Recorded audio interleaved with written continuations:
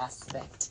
But what exactly is the difference? How would you differentiate between failing and being a failure, because you counted all those aspects of your life from marriage, finance, parenting, but you did not refer yourself to a failure. So Absolutely. how do you differentiate between failing and being a failure?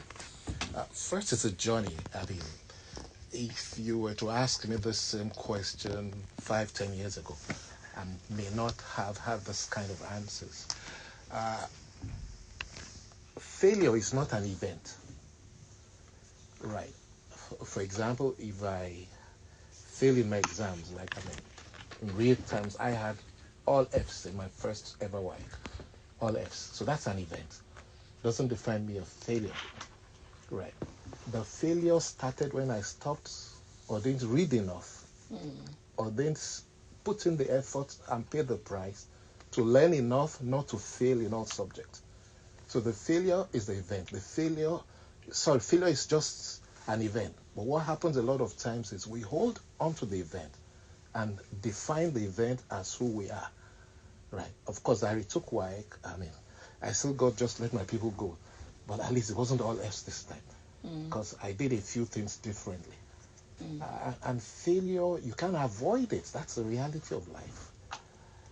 It's either a consequence of something you didn't do right, or that you did, but you also, the outcome of that decision or lack of decision led to a failure, right? So you can't avoid it. And sometimes it's not even you. If you remember, I think it's Stephen Covey, the 10-90% principle. And what he says basically is 10% of what happens to us in life, we have no control over it. But the 90% of how our lives turn out is reflected on how we respond to the 10%. So, but what happens a lot of times is we turn it around and we assume that 10% is a 90. So, like you said, I've failed many times. I mean, excellent grades first attempt is perfect. But for some of us that are not gifted with brains for academics.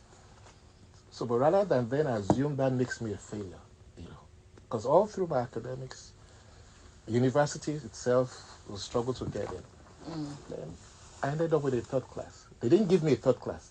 I earned a third class. Okay. So it doesn't make you a failure. But if you define it as a failure, then you have failed. Okay, that is very interesting.